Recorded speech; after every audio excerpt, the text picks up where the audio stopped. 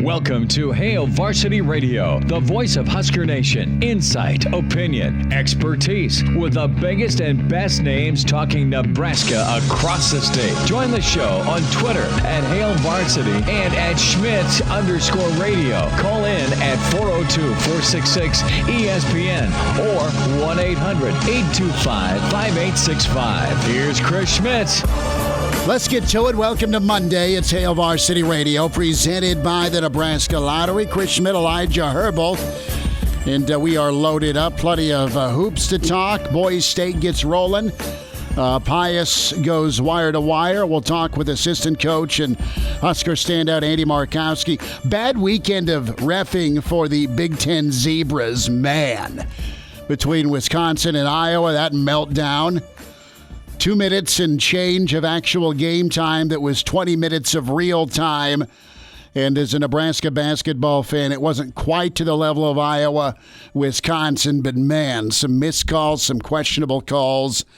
And Nebraska basketball right there, led with 11 seconds left, couldn't finish things out against Northwestern. We'll hear from the mayor, Coach Hoiberg, his postgame and preview coming up as Nebraska looks to put a run together as Penn State waits in Indy.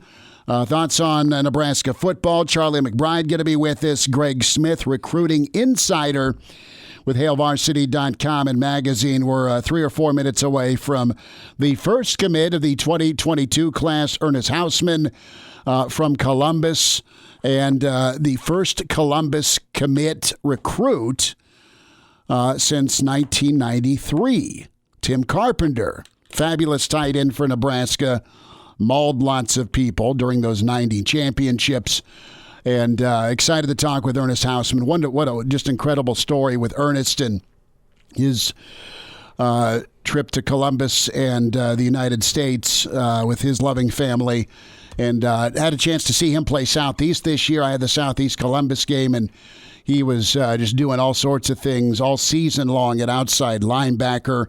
Started out his career as a cornerback and wide receiver. Also led Columbus in catches and yards this year. So Ernest, just phenomenal athlete, and he is a big-time get, Elijah, for Nebraska. Not only is he the first commit for 2022, but he's one of those in-state kids that you got to keep. And the rest of the Big Ten world was quickly hunting Ernest to try and get him to find his way to their campus. So good on Nebraska landing this kid. Wait, so you're telling me the last time Nebraska landed a kid from Columbus, they went on to win 3 of the next 4 national championships? I did. I'm not reading too far into this. I don't want to put I don't want to go that much pressure. We'll talk with Ernest here in a couple of minutes. You can join us. Get in today. Dial us up here on Hail Varsity Radio, 466-3776, 466-3776, 800-825-5865. Those are the numbers. Can find us and give us a follow on Twitter at Schmidt_radio, Chris Schmidt, at Herbal Essence for Elijah Herbal, and can email Chris at HailVarsity.com. Great weekend for Nebraska baseball as they've reeled off 3 straight. Will Bolt and company, man, those guys are doing work. They're young pups, a lot of them, and they delivered with some power, and that's fun. I always kind of think back to the Dan Johnson Hopper crew that would just crush, just mash home runs for Van Horn's squad. And Nebraska baseball has found ways to win. And of course, the Alex Gordon era, they'd win a lot of different ways, but I always kind of enjoy the long ball treatment with Husker offense, and they were hitting extra base hits. They were going yard. A lot of offensive explosiveness, good enough pitching for the Big Red. They'll be at U.S. Bank this weekend, a pair against Iowa, a pair against Ohio State. And then things are shaping up not only with state basketball, but also the reality of the Big Ten tournament that's going to be a bubble setting, kind of an entree into the NCAA tournament with how things are handled with Nebraska getting going against Penn State. Our schedule is going to be like this week. We'll have Pius and Class A opening round action tomorrow at 4. from Pinnacle Bank Arena. We'll also have coverage on Friday here at 4 of state tournament action, and then the semis that evening and state championship action. Plenty of Waverly and Norris coverage, and of course Parkview Christian as well from Motzi and myself and Willie J and Elijah and Damon Barr. So we're all geared up and fired up for state tournament action. Let's bring in Nebraska's first recruit for 2021, standout linebacker with Columbus, Ernest Hausmann, with us. Ernest, thank you for the time today. How are you?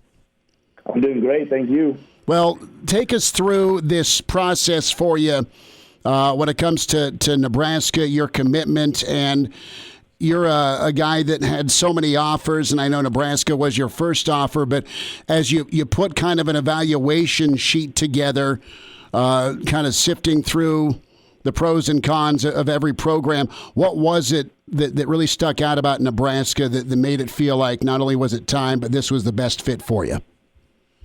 Yeah, so, with that spreadsheet, it was a combined questions from my parents' standpoint, and then as well as my own, and what I wanted.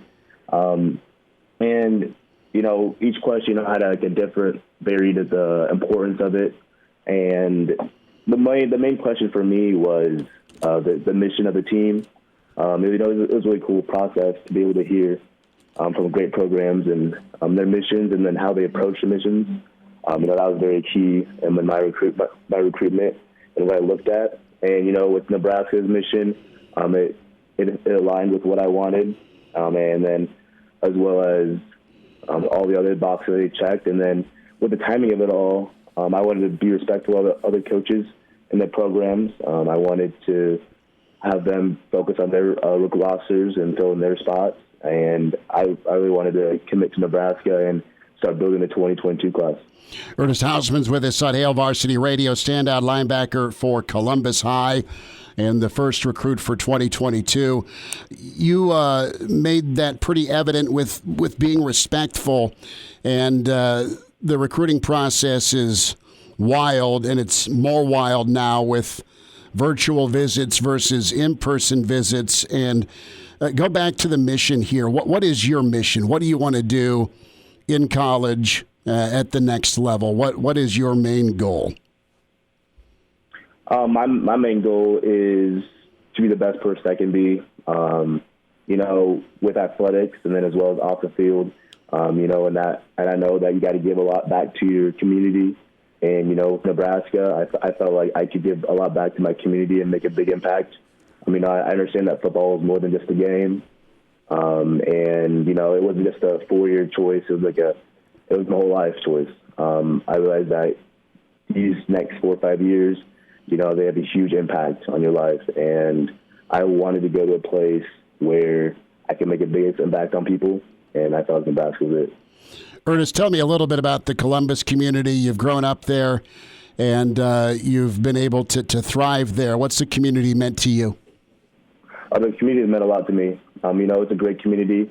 Everyone's very friendly and neighborly. You could go over, ring someone's doorbell. They'd welcome you in. They're very supportive. They support us all on Friday night. It's a great. I wouldn't rather go up in any town. Especially with my transition coming into America. They're very welcoming and understanding of what I've been through, and it was a very place that felt like home. Ernest, Columbus isn't typically known as a recruiting hotbed, and you yourself, your recruitment didn't really blow up until the last few months, really. If you could take yourself back a year from today, did you see all this turning out with the amount of schools contacting you and offering you, and you now committing to Nebraska? Would you have ever expected this? With my goal setting, it was obviously one of my goals to be, highly recruited. I trust the process through it all. I knew my time would come, and then as soon as coaches would get a hold of my film, that it would start picking up. So ultimately, I just trusted the process and kept working hard and knew the time would come. Ernest Houseman's with us, Hail Varsity Radio, commit for Nebraska football 2022, linebacker from Columbus.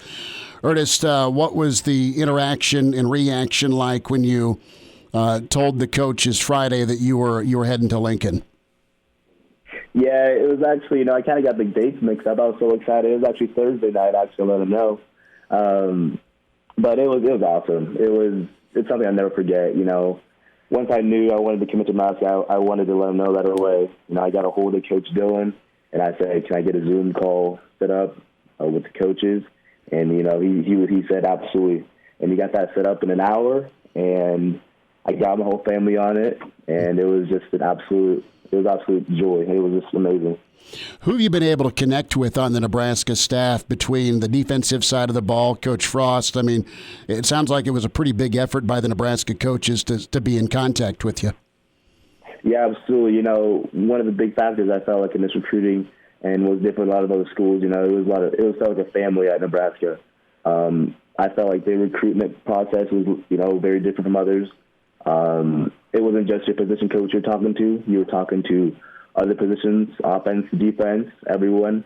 It just felt very family-like, and how they approached it and went their way with it. You're getting a lot of phone calls, you're just reaching out. They actually genuinely care about you, and I felt like this place would be the best place for me. Ernest, let's talk about your transition from corner to outside backer, and you plan to play inside backer your senior year. How's that gone for you? Obviously well defensively, but just as far as, gearing up and switching and being so versatile. Tell me about that ability to raise your game in different positions. I really like challenges. I really love that side of the game of football. If I'm not challenging myself, I'm not doing something right. So switching to inside linebacker, I know it's going to be a very different part of the game I got to learn, but, I'm really excited. I'm doing stuff right now to get myself prepared for that, just physically and mentally as well.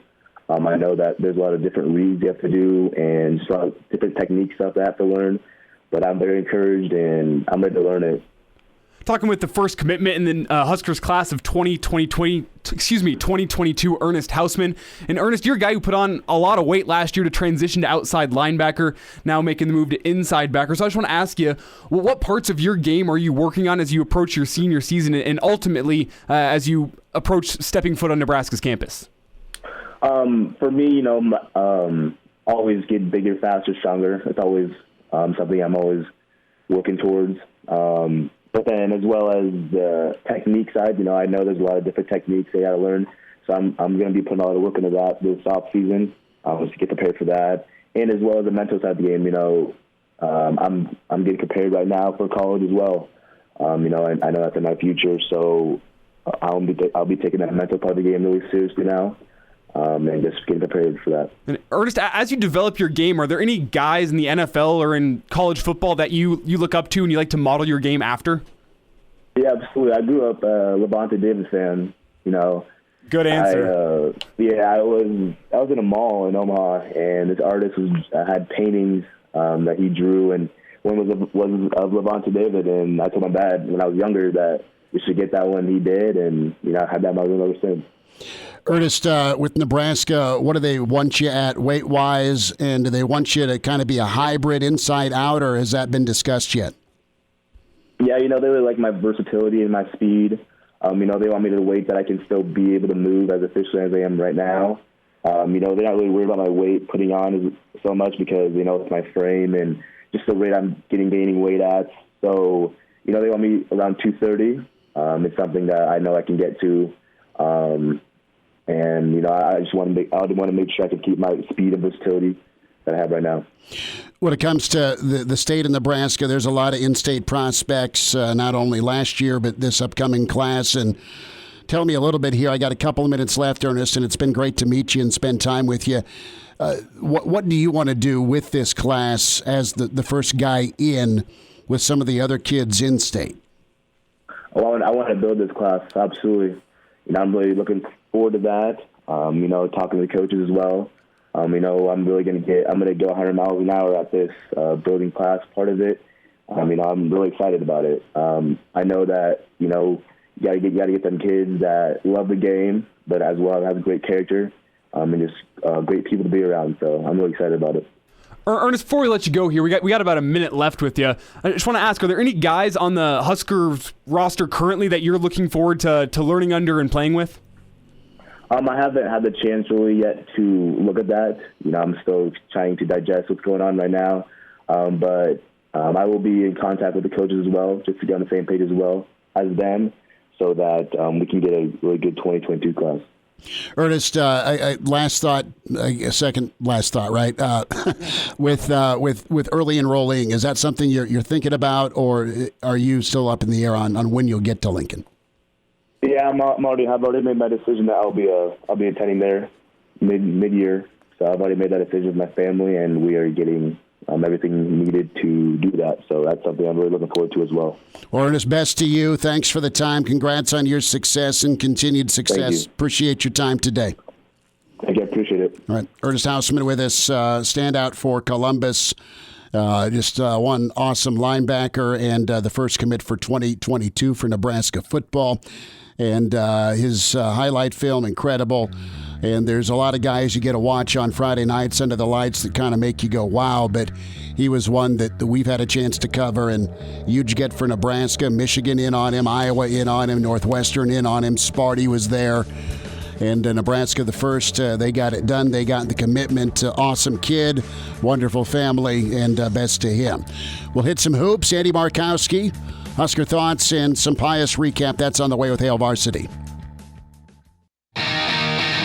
And we're back Fellas, think we could listen to the radio lesson? on Hail Varsity Radio, presented by the Nebraska Lottery. Yes! That's awesome! Ernest Hausmann interview posted SoundCloud. That'll be up on the ESPN Lincoln Twitter handle, ESPNLincoln.com. And good stuff for the Nebraska football commit.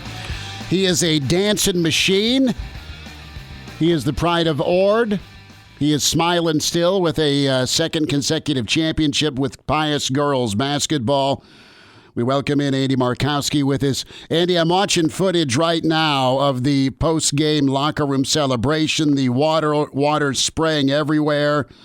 And brother, you can get moving. I'm proud of the agility as we climb into our 40s. Well done. Yeah, I'm still sore, but other than that, it went well. You're not sore. You're still smiling. I don't buy that you're sore. Congratulations to you and your family, and of course, obviously the Pius crew, man. How have you been able to soak it in? You've done it once before with the championship last year. This year, an undefeated season capped off. Great win over Fremont. Yeah, it was a special season. Last year was not unexpected. We had a really talented group, but certainly kind of flew under the radar. And then, the winning of the state title was kind of a surprise. This year was just a really stressful year because if this group didn't run the table and win a championship, it would really be viewed as a disappointment, and it shouldn't be that. But that's just the bar that they set for themselves. So. I was, super excited for everybody involved, coaching staff, players, obviously my daughters, to be able to finish it off because, it was just a really special year that they worked hard and, didn't get off to a great start, but they stayed the course and got it finished. What's it been like to be able to coach your gals? Yeah, it's I've been fortunate to be able to coach them through different forums of AAU basketball and those things, but to have the stakes so high in high school and see them grow and develop and be leaders, but not just them, really the whole group. Jillian Ashoff, Miriam Miller, the other seniors that I'd played with Alexis and stuff in the summer, and there's other players on the team that I've spent a lot of hours in the gym with. So just to see them develop and grow, and have a chance to put their talents out in front of the state, and play their best in the biggest moments has really been fun to watch. Eddie Markowski with us, assistant at Pius, and Pius winning the Class A Girls State Championship, beating Fremont, an undefeated season. 25-0, and one thing I've noticed about your Pius kids and Coach Pasota and you and the staff and the team not only being able to shine in big moments, but handle big moments. And take me through that mentorship from the coaching staff to the players. You have really talented players, but they're able to not flinch in high-stress moments. How has that been able to have been ingrained at such a big-time level? Yeah.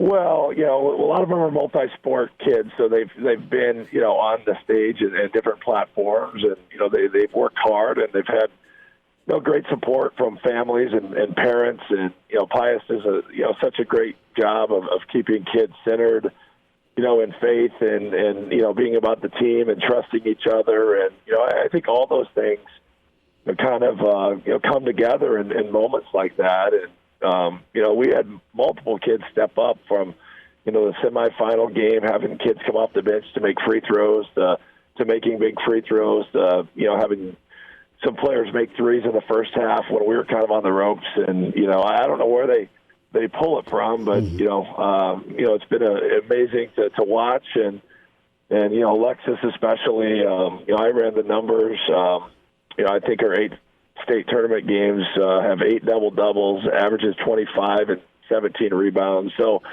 her best has always come out against the best, and, that's a special quality, and I wish I knew exactly what caused it, because I would bottle it up and sell it if I knew. But, it's just, once again, a rewarding season, and I appreciate the Pius administration allowed me to be a part of it. And obviously the turnout with the support from the fans and the students was special Saturday as well. It was awesome. Eddie Markowski's with us, Hail Varsity Radio. Eddie, going to switch gears. Nebraska basketball had a shot, and Northwestern got a tip in at about 3 seconds left on an offensive rebound. Nebraska was right there, then they weren't. What's your feel for Nebraska moving forward here into the postseason? I know they have Penn State, kind of a rubber match game, but Fred talked a little earlier about they're close to being 5-5 in their last 10. We've talked the last couple of weeks about the progress Nebraska's showing, and they're playing some of their best basketball. But what does Wednesday look like in your opinion? And a comment here on picking yourself up off the ground after just another gut punch loss.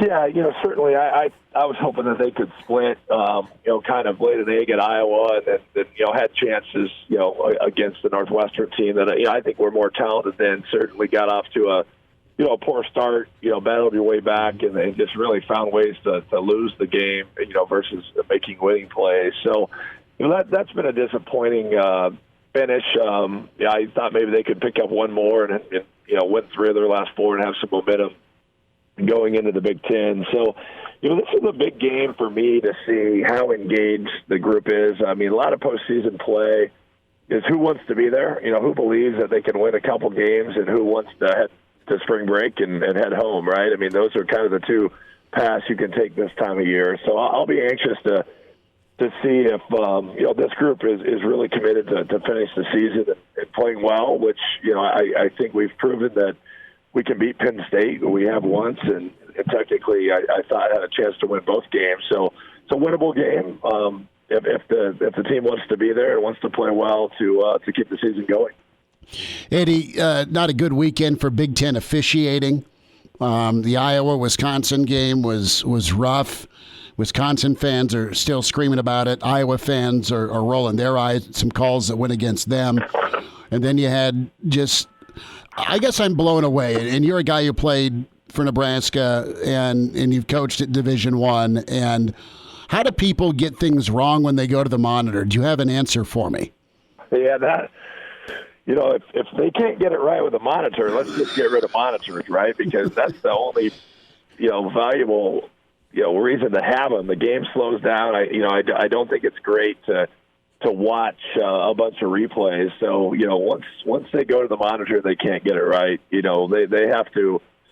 At the Big Ten, I don't know. I obviously talked to a former Big Ten coach that still lives in Lincoln. You can figure out who that is. Mm-hmm. And for whatever reason, the Big Ten the last 5, 6, 7 years has really deteriorated from the upper echelon of refereeing, and they're going to make mistakes. And and missed calls. I mean, that's always going to happen. But I think the inconsistency over the league schedule with the different crews, and even some of the same people are inconsistent with how they call games, and that makes it hard on players and coaches. And when you start missing obvious calls, now you start losing trust. That the coaches have in you, where they start to become a little bit more animated. So they just have to be better. It's a hard job. That the game's moving fast, players are bigger and stronger. I get all that, but there's some you illustrated a handful of calls that can cost people their job, right? When they get some of those things wrong. I mean, this is a big boy business, and the refs should have the same accountability to making sure they're doing the best they can. Andy, while we're talking pace of play here, there's been a lot of talk in the past couple years of people saying this new brand of basketball is being played in the NBA and college basketball can get choppy and a little unwatchable. Where do you stand in that argument? Do you think basketball was better in the 90s? And do you see any rule changes coming to basketball in the coming years to maybe speed up the play, make it a little more watchable for the fans at home? Well, from an NBA standpoint, I think the athleticism and the skill of today's player is better than the 90s. I mean, I'm a huge Jordan fan, but Jordan played at 210. Wilt Chamberlain played at 270. LeBron James plays at 260. I mean, Wilt Chamberlain was the most dominant athlete in the world, and LeBron plays point guard 10 pounds lighter than Wilt. So, from that aspect, I don't think you can compare. I just think technology allows people to be bigger and stronger than we were two decades ago. But I don't think it's unwatchable. I mean, high school, a shot clock trying to force kids to play with more skill, I think all that makes sense. College, the lane is still really physical. They've not been able to figure out how to, get rid of hand checking and some of the things that go on around the basket, which, I think keeps scoring down a little bit. But I think the game's in a really good spot. I think the skill level is up. I think girls basketball is better than ever. I mean, I had multiple people, tell me they're blown away at the talent that was, in Lincoln, this week. So, I'm speaking at a lot of different levels, but I think the game's in great shape, and they have to just keep kind of looking at it and massaging it and trying to figure out ways to keep making it better. Andy Markowski is with us. Andy, a couple minutes left in your career at Nebraska. Worst experience you had where you thought the game, I don't want to say it was stolen from you, but you guys got hosed something fierce by the Zebras? That's a great question, Chris. Nothing jumps out where there's like an obvious call late. The play that sticks out to me, and it ended up being the right call. We were in a triple overtime game against Oklahoma down in Norman in 95 or 96. And Deron Boone was driving right. He's left-handed. He shot a shot about 17 feet, and it went over the backboard, from back to front. You're right. So he's driving the baseline, and it went in. It would have given us a 4-point lead, and the ref waved it off as, the ball can't pass over the backboard, which was the right call. A really difficult call live because the ref was kind of under the basket, not, directly in line with Deron in the shot. But that play sticks out to me because, Danny lost his mind. I think Billy Tubbs was still there, so it had to be 95. But anyway, it was kind of a bang-bang call. Ref made a judgment call. No replay back then, and I don't even know if you could replay that. But that one sticks out because we ended up losing the game, but that would have certainly allowed us to win the game going up 4. So I don't know if anybody else. I remember the shot. I remember the shot. Yeah. Danny took the tie and the coat off. Yeah, so that one sticks out to me. If it's just kind of a call that affected the outcome of a game, even though based on the rule, it was the right call. Andy Markowski. Andy, best to you. We'll see you this week. Thanks for the time today. All right, guys. Thanks for having me. And now, back to Hail Varsity Radio. Good stuff from Andy Markowski, Ernest Houseman. We got kicked off this Monday. Charlie McBride's on the way.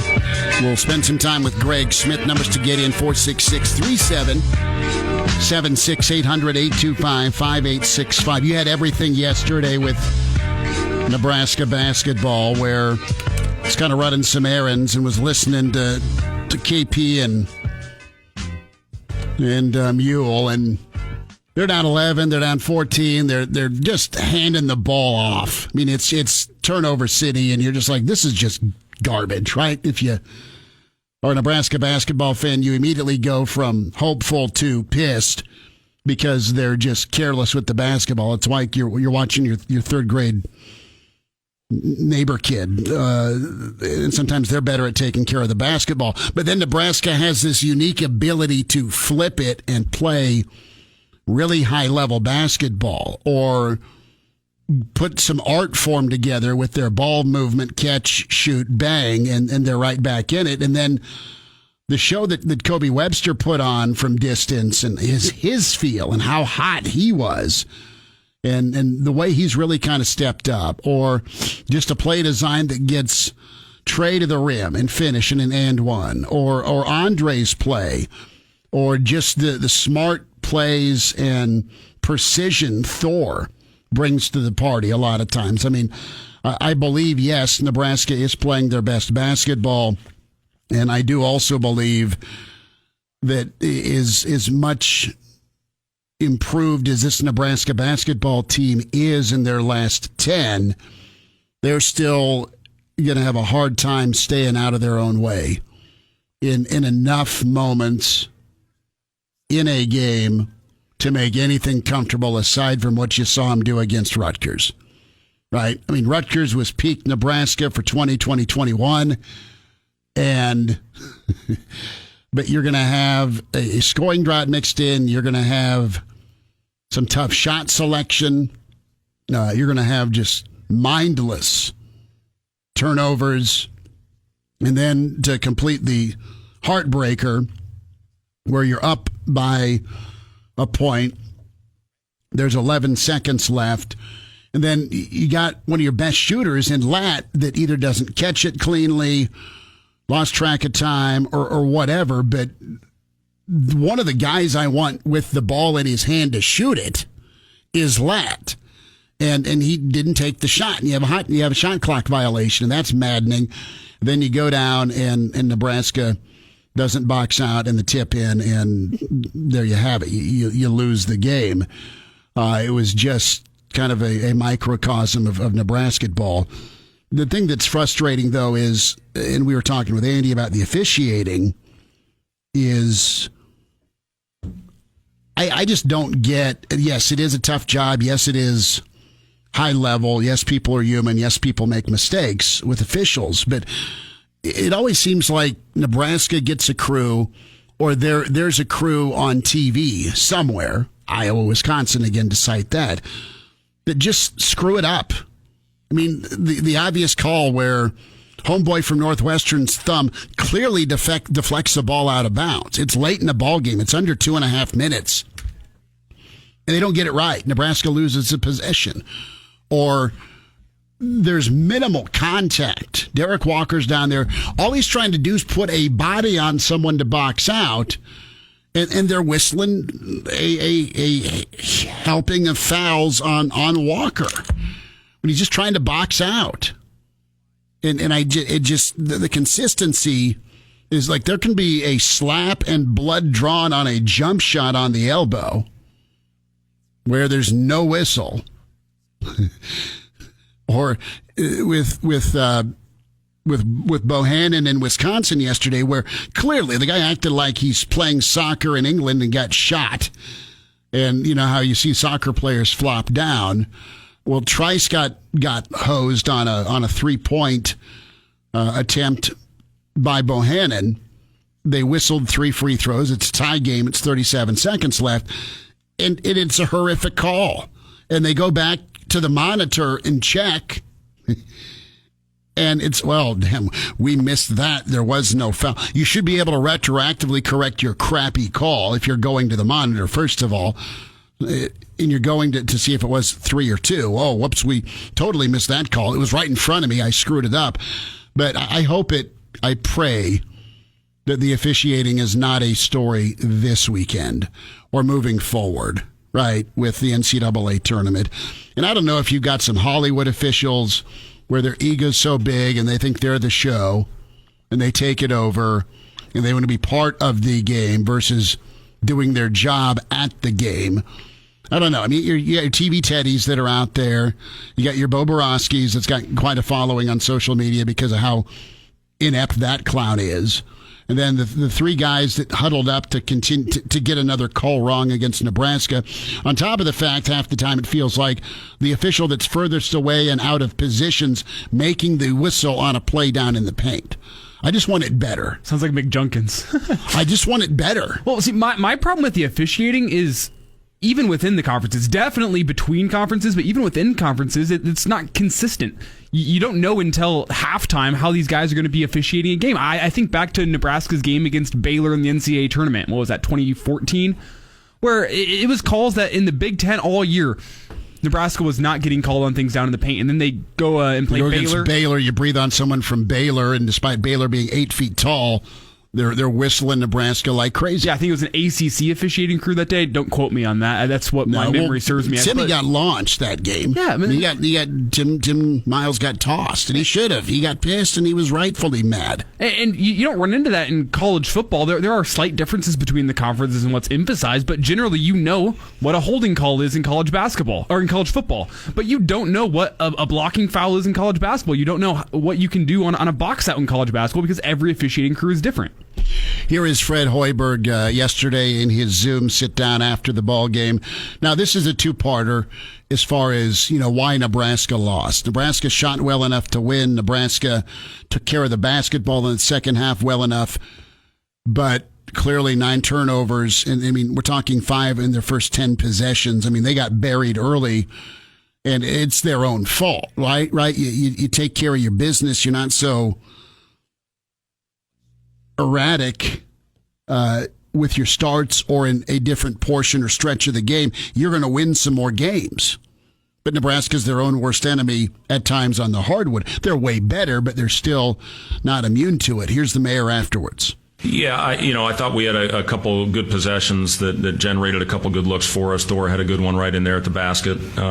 Just was a little strong with it, and I thought Ladd had some time on the one at the top. I don't know if he caught it cleanly, and ended up getting a shot clock violation. And then Kobe had a great look there with just about 3 seconds left. I thought Trey made a really good play to throw it ahead and get an uncontested look there is what you want. I thought there was a couple questionable things that happened. I know I can't talk about it, but it's disappointing when that is a part of the outcome.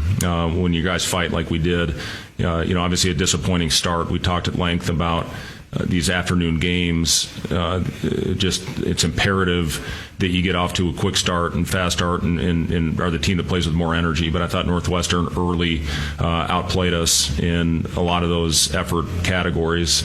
Once we got it going, I thought we had played as good a basketball as we have on the offensive end. I thought that thing was really moving and made great unselfish plays. 21 assists. I believe that's a season high. For us, we did a much better job at taking care of the basketball after some early miscues. Overall, I'm really proud of our team for going out there and showing the fight to give ourselves a chance to win. And now, back to Hail Varsity Radio. Full day of basketball tomorrow. Motzi going to have Norris going on ESPN. Lincoln will have Pius at 4 tomorrow. As it's Millard West and the Fighting Spitchkas. Excited for Pius. Parkview Christian, Norris, Waverly loaded up. We'll have the Class A semis Friday. Also the B semis Friday in both rounds. And then, of course, Motzi will have Lincoln East going tomorrow night as well. And Carter Glenn and his crew. East, a lot of fun to watch. Reminder about moving and West Blue Realty. So if you're looking to move in 2021, West Blue Realty, they specialize in residential home sales in Lincoln and surrounding communities. And for a limited time, you mentioned Hail Varsity, West Blue Realty can give you up to $1,000 off the closing of your next home purchase. Give Tom Luby a shout. Tom is just incredible. 402-540-3768. Kelly Hofschneider, outstanding as well with West Blue Realty. 402-202-2312. It pays to work with West Blue, westbluerealty.com. Get an appointment today. Go see him. in Lincoln when you're in Lincoln at 1120 K Street, Suite 200. So, Elijah had a little grill out yesterday. He had a birthday crew going, which is outstanding. We did some pork chops, so we did some burgers. Junior just left today for Tampa Bay with Papa Al. He's going to hit a New York Yankees spring training. That and Junior and Papa Al like the Spearmint Rhino. So that is both options for them where they're going to get their club on, and then they are going to watch Aaron Judge go yard. Oh, that'll be fun. Yeah. I don't know what's more fun, the Spearmint Rhino or watching spring training baseball in the house Steinbrenner financed. Brett emails in, there's only one reason Nebraska lost. The other team scored more points. That's great insight. It sounds like we're empty, and there needs to be more Citron vodka involved. But what'd you fire up yesterday? What was for the grill out? It was sunny and beautiful yesterday. Yeah, so I was on the grill, and as I tend to be, and I actually had my my Ronnie Lott moment, if you will. Finger injury while grilling. Close. I was trying out this new grill brush that I got, and it's one of the ones that's like developed by firefighters. It's supposed to be supposed to be healthier and safer. It's not like the metal bristles that can get like stuck in the grill or whatever. Sure, right. It's like this little pad that you just dunk in water and use to clean the grill, and like the water steams up and cleans off the grill. And I got my hand way too close. I was trying to get some downward pressure, and I got an awful steam burn on the finger right cinched there. it. Yeah, it does look a little Ronnie Lott-ish, but you would have just amputated and gone into the fourth quarter, I assume. I played through the pain. I finished up the burgers. I finished up the brats. I finished up a pork tenderloin with the finger injury. Ooh. And it like... I might be biased, but that was the best pork tenderloin I've ever made. The burgers turned out money. Brats aren't hard to do, but they turned out really well. And I played through the pain, put in a Pro Bowl performance on that grill despite the injury. Friend Nick gave me some jalapeno deer brats that we threw on, which was great. And I'm working on, it's not a Pete Rose streak, all right? It's not even DiMaggio yet. But I have worked in 3 out of the 4 last days of pork chops. So this pork chop streak would be great, and I put a picture of the beautifully done bone-in pork chops on Facebook, and immediately my wife tags me with this giant pig emoji and it wasn't a tribute to the pork chop. She was making fun of my waist.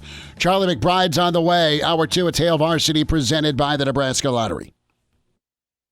Welcome to Hail Varsity Radio, the voice of Husker Nation. Insight, opinion, expertise, with the biggest and best names talking Nebraska across the state. Join the show on Twitter at Hail Varsity and at Schmidt_radio. Call in at 402-466-ESPN or 1-800-825-5865. Here's Chris Schmidt.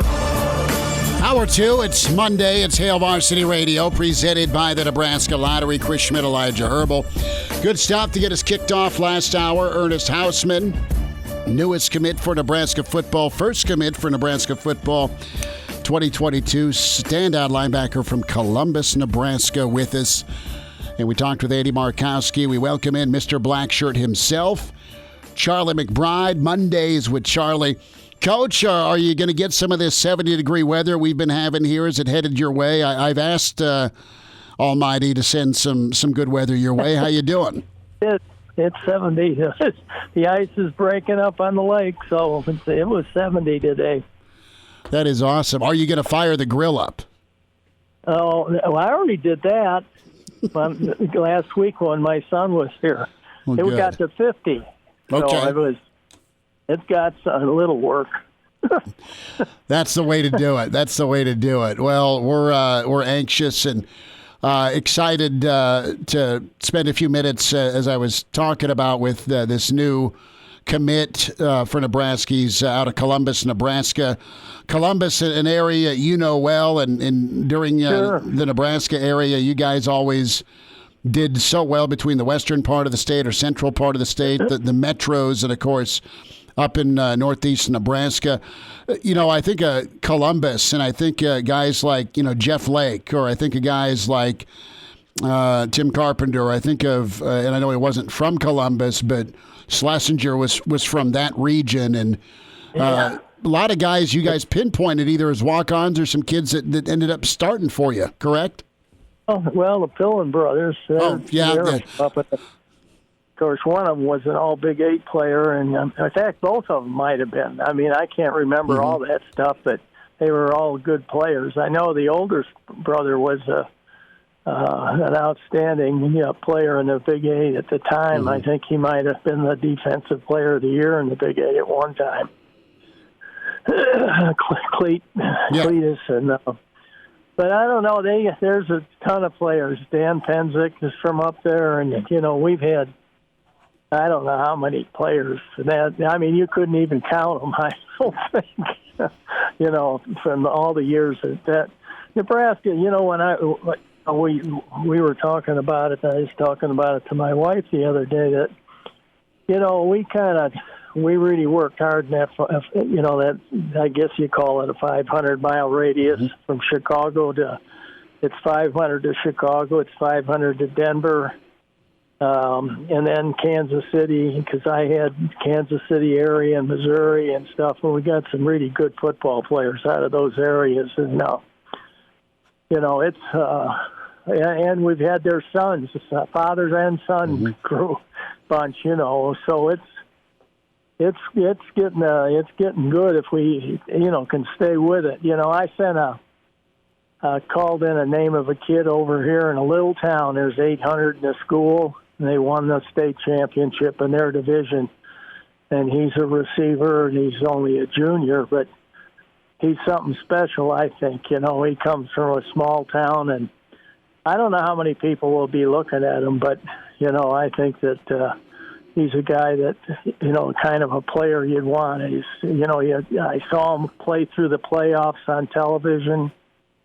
And, you hear a lot about the kid you listen on television. He's a top student and the whole thing. And so, those are the kind of kids you're looking for. I mean, they can do a lot. And I always like to take those stars and, I guess the best thing to do with those is shove them someplace where it's really dark.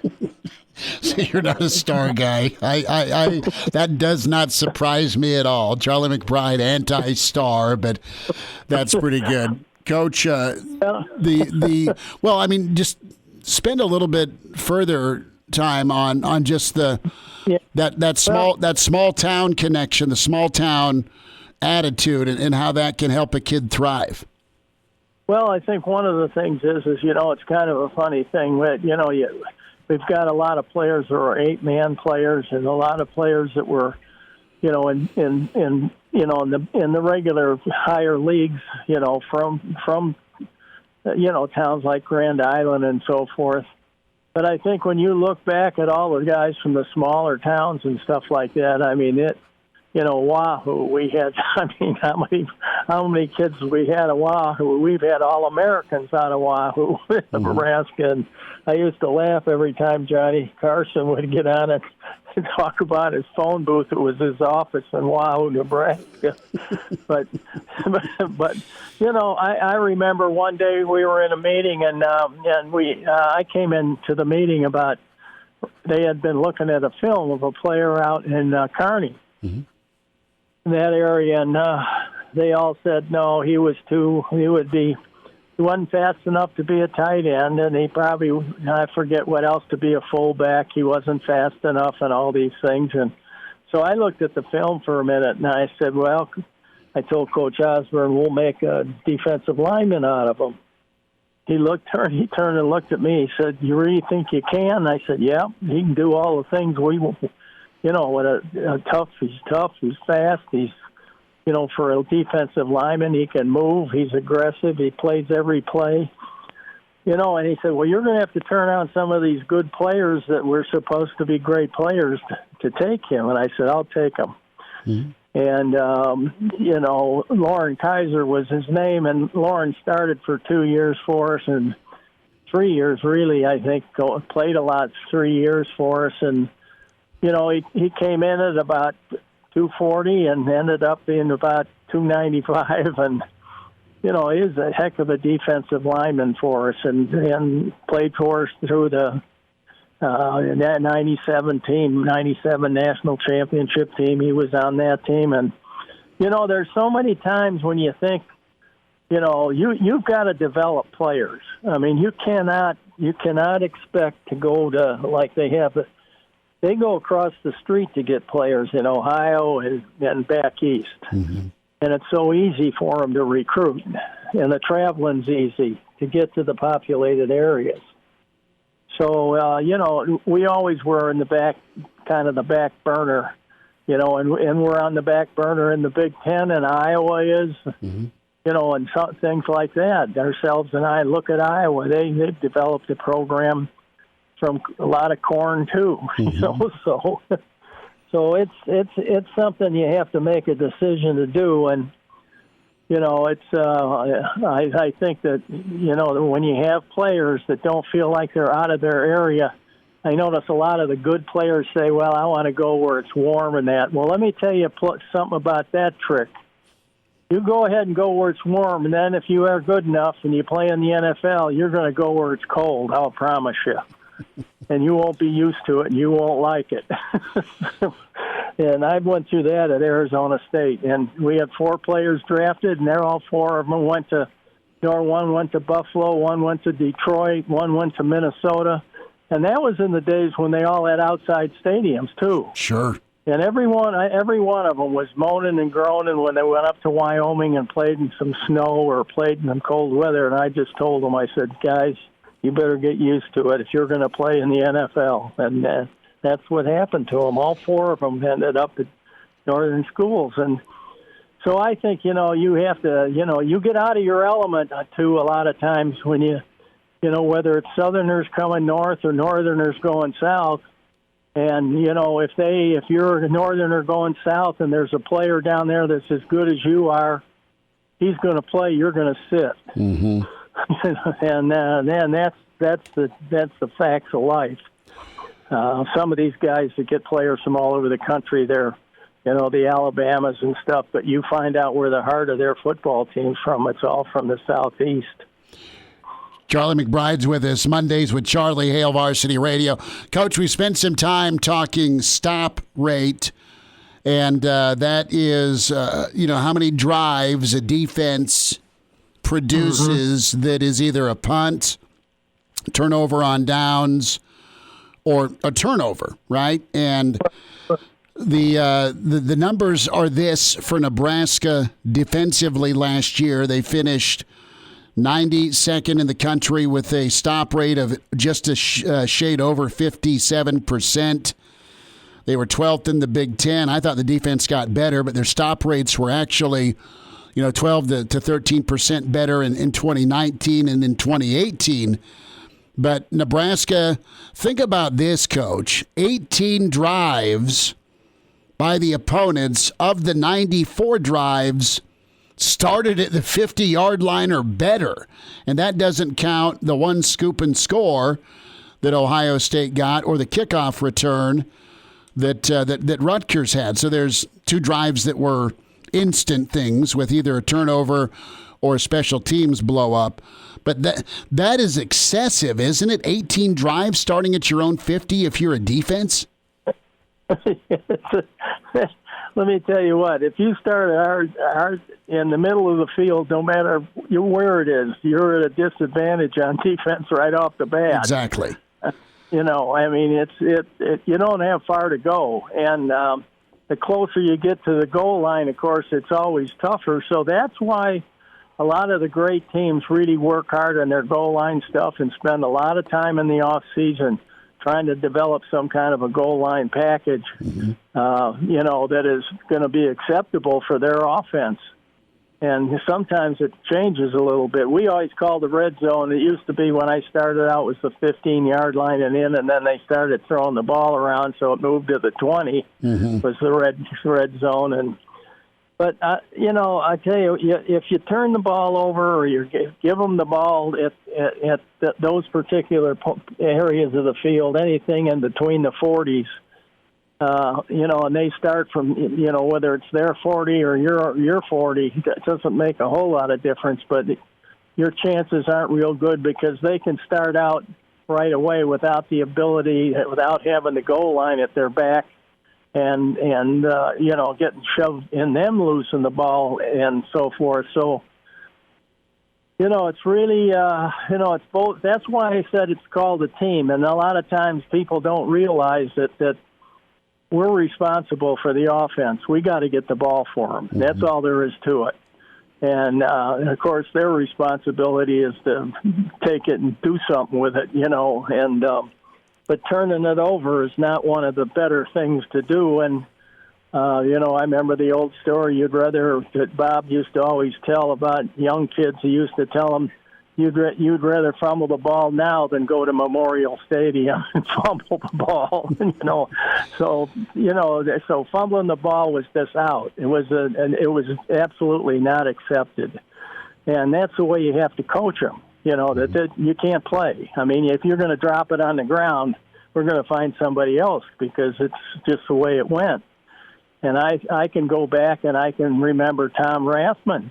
Tom had a strip time in the game where he fumbled 3 times, and everybody was going, "Oh my goodness, here's this guy is really bad, But if you go back and look at all his playing time, he fumbled the ball 3 times. so when you really look at it, it just happened to be one of those areas like in basketball. Somebody's going to get 15 points and you're going to get none. Right. And that's kind of what he went through. And you feel so bad for him. But then all of a sudden, you go to the end of his career and he fumbled it 3 times. Those 3 times. He did it all at once and got it out of his system. I remember talking to Coach Rathman about a month ago, and he always kind of smiles when he talks about a couple of fumbles he had at Nebraska, and then he fumbled in training camp with the Niners. And Bill Walsh pulling him by the side and said, there's no scholarships here. We don't have to keep you. So he got real serious about his ball security, but what a great career he had. Yeah, well, that's what I'm saying. It's really it's something you think about all the time. You don't just think about it. Well, spring ball's starting, so I'm gonna start thinking about it now. You think about it all year. You think about it while you're sitting there in the library resting between books or something, and you think about it when you're in bed. You think about it all the time about security of the ball. And if you don't put that in your mind, and the same thing with defensive guys, think about turning it over. Think about, making a play, dream big, and things like that. And you think about if you make a mistake that it's over with and you just go to the next play and you're going to make up for it. Mm-hmm. And so there's so many things you have to do mentally off the field and you have to be reminded of, especially when you're young, because once you grow that into your system, and, I think a lot of times you see great defensive teams have great defensive players. They're stealing the ball. I mean, they take it right out of your hands while you're running with it. That's their that's their system, and that's what their mind is doing. So, it's just a continual thing that you have to do year after year after year. And then as kids come in, they see how hard the older guys are working and what it takes and some things like that, but a lot of kids are coached well in high school and, come in with that in mind. Coach, we'll get ready and talk next Monday, and always fun to spend some time with you. Enjoy the weather, and thanks for jumping on with us today. Okay, well, I'm looking outside now, and it looks beautiful, so I can't complain. Thanks for having me. Hey, it's awesome to spend time with you, Coach. We appreciate you. Okay. Oh, okay. Thank you. Bye now. There he is, Mr. Blackshirt, Charlie McBride. And now, back to Hail Varsity Radio. Good stuff from Coach McBride, Ernest Houseman, Andy Markowski. We welcome in Mr. Recruiting Insider, some recruiting time. Greg Smith with us from HailVarsity.com and magazine at Greg Smith HV on Twitter. Greg, how was the weekend? What's up? Oh, the weekend was very good.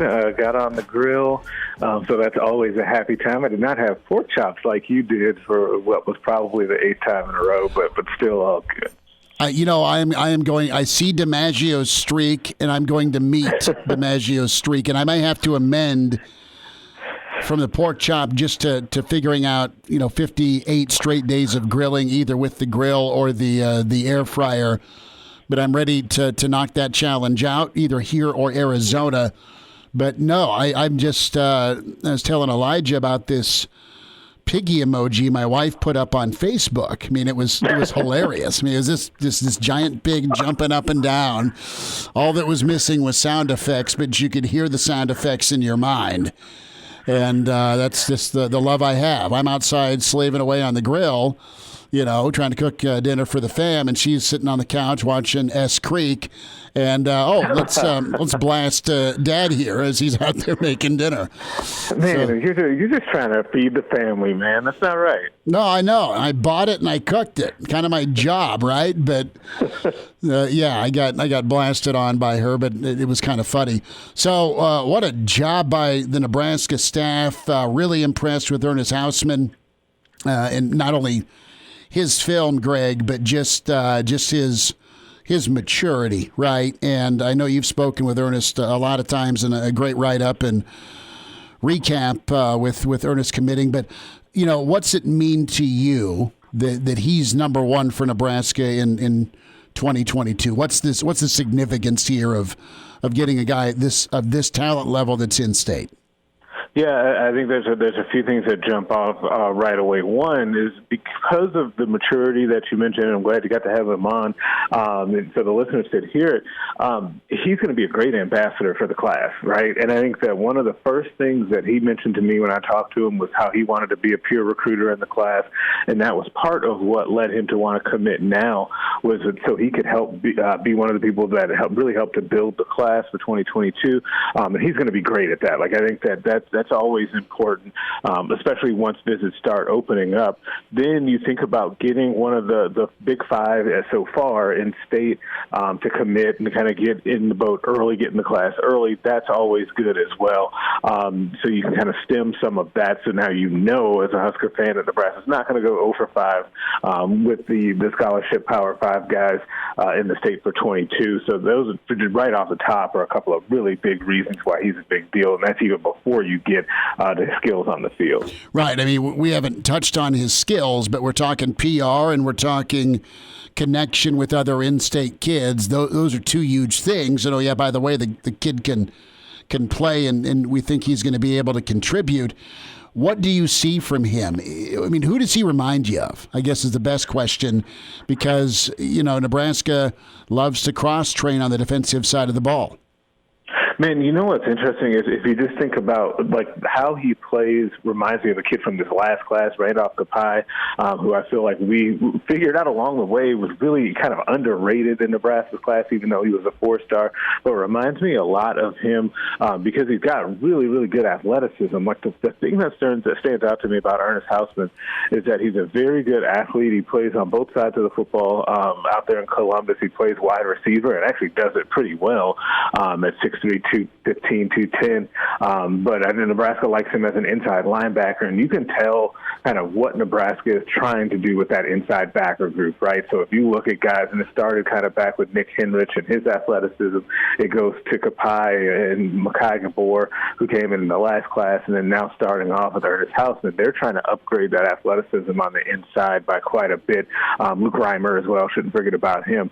And you can see kind of what they're trying to build at inside backer. Greg, with guys like Ernest Houseman and Nick Henrich, they have some experience rushing the passer, but they're going to be playing that middle linebacker spot most likely. Is that something this Husker coaching staff is trying to emphasize in their middle linebackers? They want guys that can get after the quarterback on the blitz? I think so, but I also think what happens when you get guys that have also played some outside linebacker and maybe even, some offense as well, is that you get some better familiarity with them playing against the pass, right? So I think that it's easier for guys like, say, Nick Henrich, Randolph Kapai, some of these other guys that are used to playing in space a little bit more. They can do that in coverage. And we've seen Husker inside linebackers over the years kind of get picked on in the passing game by opposing Big Ten coaches. So hopefully down the road you can start to stop that because these guys are used to also covering and then rushing as well because they've shown that skill too. you just kind of led into that want at middle linebacker. And this goes back to kind of the transformation from that 5-2 to the 4-3 and how everybody moved up a level or you moved from outside in, right? Your safeties were corners, your corners were outside backers, your outside backers were inside backer, your other guys kind of moved down, from outside backer to rush end, and then your traditional defensive ends were your interior tackles because you were able to still stop the run, but you were just lightning quick. I mean, you had just the perfect combination of size and speed. And your partner on your podcast with Hail Varsity, Jay Foreman. I mean, Jay's a perfect example of a guy that played inside and out. John Hess was a guy that they moved from safety to middle backer and put some weight on. And Ed Stewart kicked it all off, who was a safety, right, from Chicago that played inside backer and was phenomenal. Houseman strikes me as the type of guy, because of his background with playing a year and starting a year at corner, and then you move him one more spot further in by the hash mark at outside backer where he lit up so many people last year off the edge, and now you move him in. That athleticism's just perfect, isn't it, to be a difference maker, even as an inside guy, to be able to stop the run, but really be able to play football in 2022 and beyond. With you got to have that, don't you? You got to have that athleticism, even at middle backer where it's meat and potatoes in the Big Ten. Yeah, I think the days are gone where you're just going to kind of have kind of the big inside linebacker with the neck roll that really is only out here like stuffing the run, right? Like you can't get away with that anymore. If you just think about kind of the offenses that you see in the Big Ten and the variety of which the styles of play that those teams play with, like it's just hard to do that. Like you're going to obviously need to be able to stuff the run. Then you're not going to win in this league if you can't stop the run. But it's also going to be really, really hard on you these days to slow down Big Ten offenses if you don't have versatile players all over the field, but especially at inside linebacker and steady linebacker play in this league is something that basically every good team in the conference has in common. Well, I mean, look at how good Northwestern's been the last couple of years, and Patty Fisher's been there 1,000 years. Ohio State speaks for themselves. And Iowa's been really high level as well. Same with Wisconsin, right? I mean, how many linebackers go to the NFL from Wisconsin? So proof is right there with your point. Greg Smith's with us. Recruiting Thoughts, HailVarsity.com and magazine at Greg Smith HV. So, Greg, where can Ernest do some work? Who are some guys within the state? We talked about the Nebraska 5. Now there's Nebraska 4 with Houseman committing to Nebraska. So there's 4 high-level in-state kids. Where can Ernest be valuable that way from maybe changing some minds? Also, who's next on your radar as far as to be maybe the second commit here for 2022? Yeah, I'll be curious to see how Ernest does in kind of peer recruiting Caden Helms, the tight end out of Bellevue West. As I know that he's been taking some kind of like the self-guided tours around schools and has been out and about trying to figure out, kind of narrow down some of his choices. But I think that he's a guy that's been really receptive to Nebraska's pitch on the recruiting trail. So if you can combine that with a peer coming to you, that'll be great. It'll also be interesting to see what happens with the other linebacker spot on the inside if they decide to just take 2 on the inside because there's a kid right in Hayes, Kansas, Gavin Myers, that's nearby that he could also help out with. And then as far as kind of looking at who's next, it could be a little bit wide open because I could see we go into a pause until we get some visits, and I think hopefully May 31st is the end of the dead period and you get those visits right away after that because I think that will really help Nebraska as a guy. An outside linebacker, Popeye Williams, who Nebraska likes. You could always look towards James Mons III, the defensive back out of Florida as well. So Nebraska's got a lot of guys that they like. You just kind of got to get them here and seal the deal, I think, before the thing really starts to get picked up. Does Popeye have an anchor tattoo on his forearm? I will have to ask him that because if he does, that would be very cool, and he might be my favorite recruit in the last 10 years. I mean, if you have the first name of Popeye, you got to have the anchor tat, dude. I mean, you kind of have to, right? I would think. I mean, he's got to be an early favorite for the all-name team. I mean, that comes out every year. He's captain. yeah, he'll be the short list for captain right there. Greg, got about 90 seconds here. I just want to ask you, is there anything to a guy like Ernest Houseman breaking the seal, being the first guy into the class? Do you think there's a chance other guys just didn't want to be the first guy to commit, especially in a dead period when they don't get visits, and now that they see another guy committing to Nebraska, it kind of opens up the door for them, or is that not something they're looking at?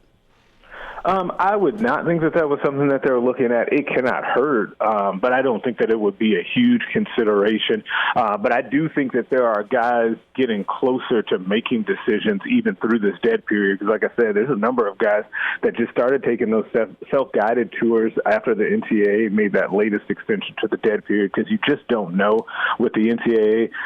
So I do think that there are more kids that are closer to decisions than we think. It's just tough to get a read on right now. Now, Greg, if you had to guess, do you think this is going to be the last extension of the recruiting dead period with the vaccines being rolled out in a lot of college campuses and saying they're going to be open full capacity this fall for their stadiums and whatnot? I do think that this is the last extension, but that's just my gut hunch right now, because I do think that the NCAA realizes that you don't want to go another camp season missed as well. I think that that's an important component to continue to get kids exposure so they can pick up more scholarship offers. Greg, what are you working on here for this week, bud?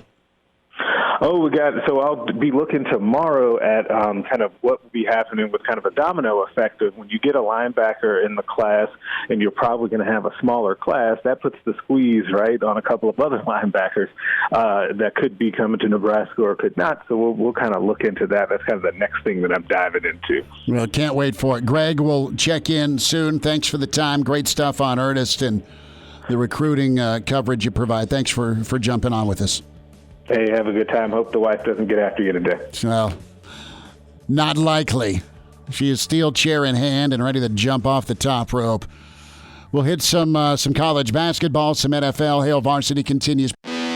Chime in 402-466-ESPN or email the show, Chris@HailVarsity.com. Just try me.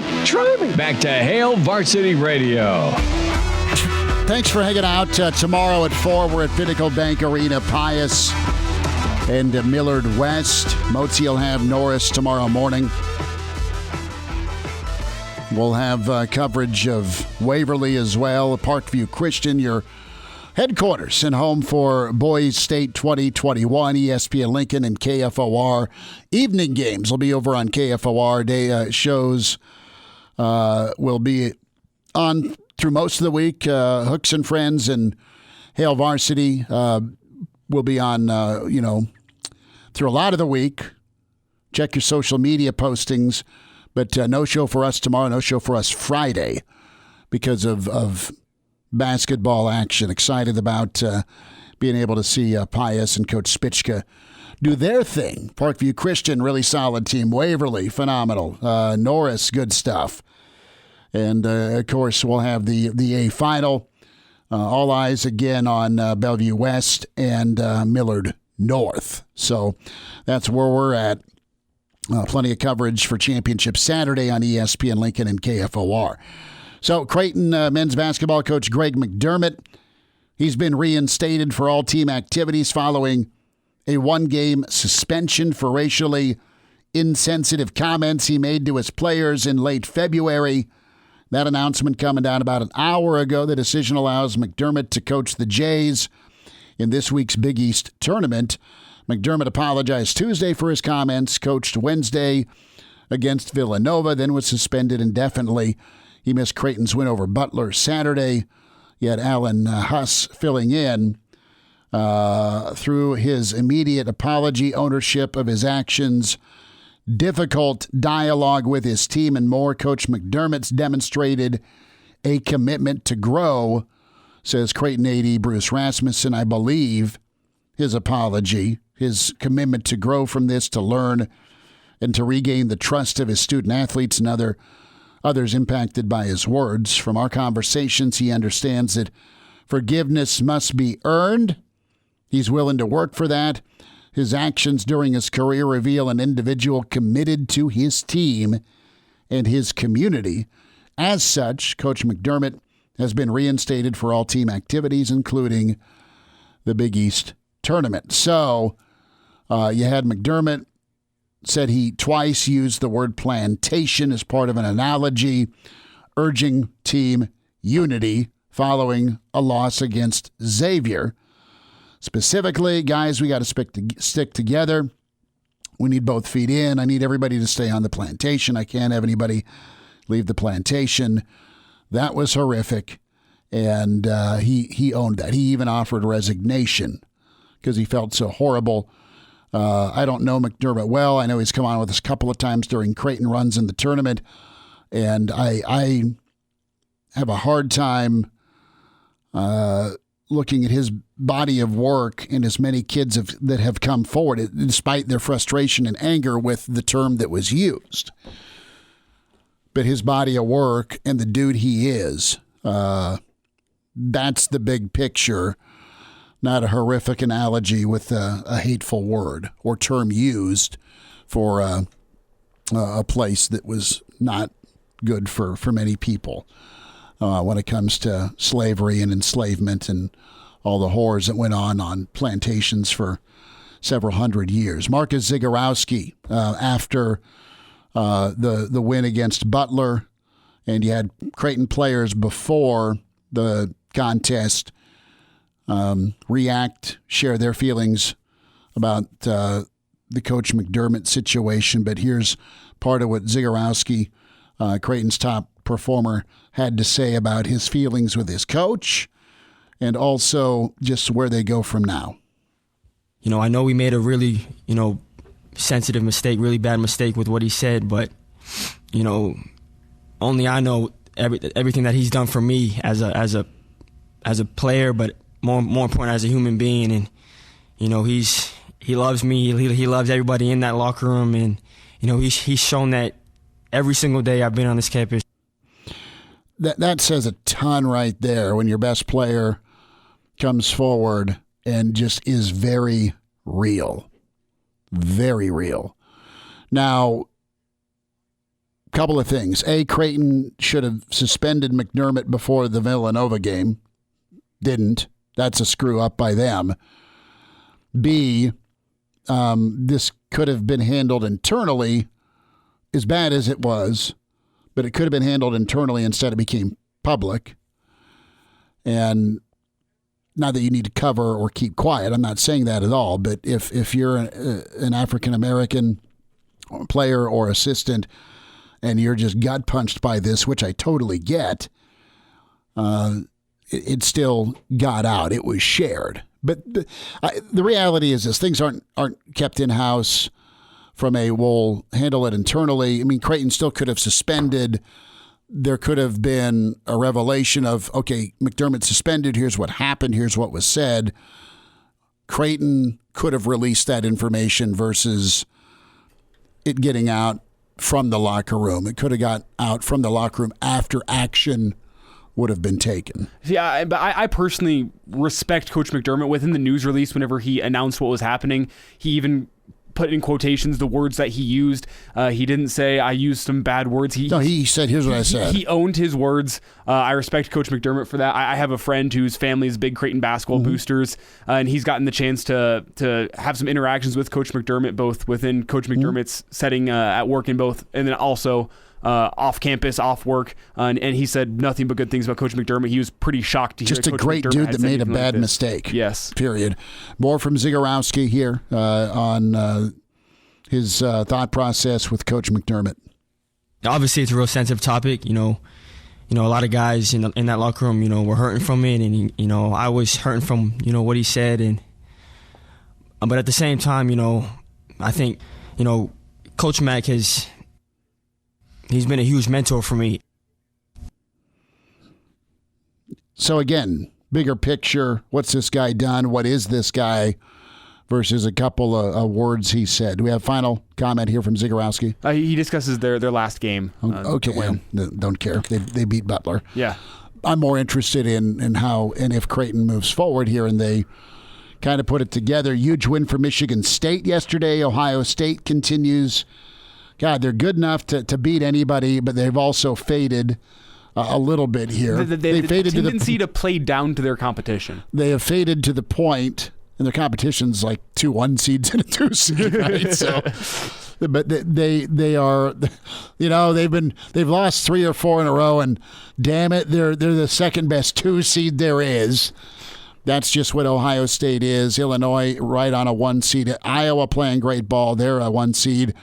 Wisconsin right now, I think they're probably an 8 or a 9. I think Rutgers is probably at a 10 seed or so. And if Rutgers even makes it in. I think Rutgers will get in. I think they got to get at least a win in the Big Ten tournament, though. Yeah, Maryland, though. I wonder if Maryland's in trouble because they dropped 1 to Northwestern.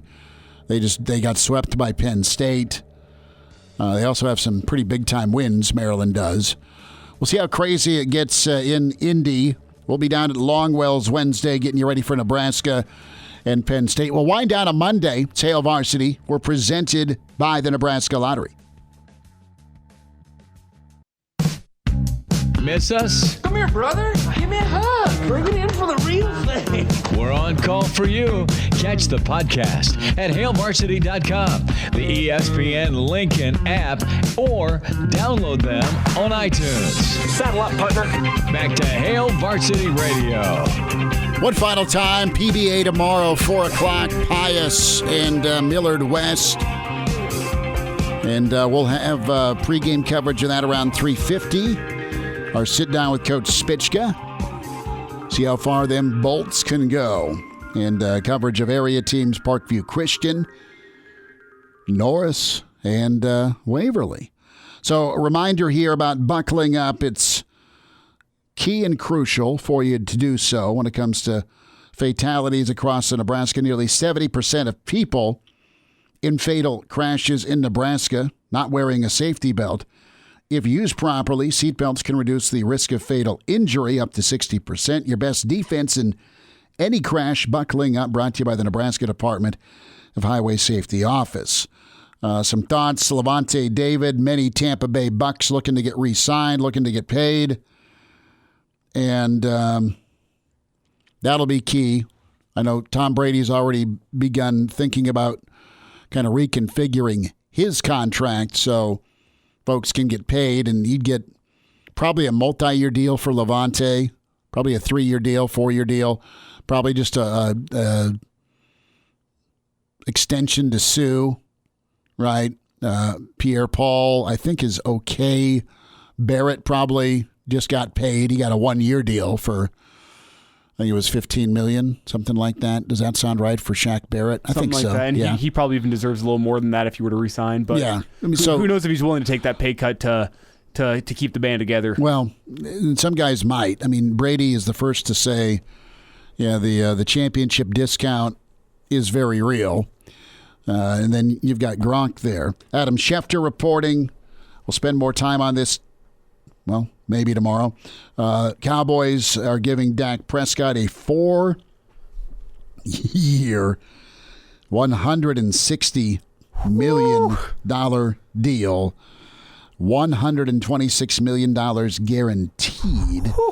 First 3 years going to average $42 million a year. That's Mahomes level. If he would have just been tagged for a second consecutive year, it would have been a $37 million hit. So I think Dak's really good. I know Dak got dinged. I have no doubt Dak will bounce back and kind of regain the form. He's got weapons. You still got a couple more years in that offensive line. You still got Zeke. Defense was absolutely ravaged last year, especially the linebacking core with injury. I'm waiting for Dallas to get like 12-4 good again. Right, and I had a little more interest in Dallas when they had Malik Collins there, but they still have Randy there, and Randy's had some good moments. And he came on strong at the end of this year. Yeah, Randy's good. I mean, Randy can ball, but you still got Gifford there, right? So, what I think is interesting about this Dak Prescott is if you were wondering how he felt about being franchise tagged last year, this contract includes a no franchise tag provision once it runs out at the end of at the end of the deal. The Cowboys are going to be unable to franchise tag him. If you're wondering how he felt. So what happens with the Deshaun Watson saga? Does he get the hell out of Houston? What's going to go on with Tua? It's Minnesota shopping. Alex Smith goes where? And you got a lot of quarterbacks projected to go in the draft here. Talk to you from PBA tomorrow at 4. It's Hail Varsity presented by the Nebraska Lottery.